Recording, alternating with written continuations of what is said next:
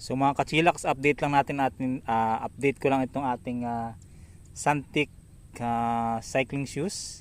So pwede itong flat pedals ang gamitin, pwede na gamitin ng cleat sa pedals. So na March ko yata ito nabili. So April, May, June, July, August, so mga 5 months na. So may nagtatanong doon sa ating YouTube channel, munting channel, kung okay pa daw. So ngayon naman okay pa naman siya. So wala pa tayong napapansin na natatastas yung dikit niya.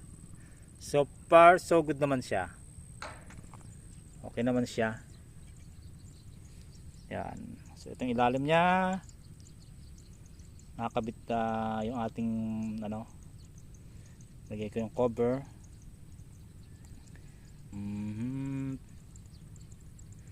So okay, goods naman siya.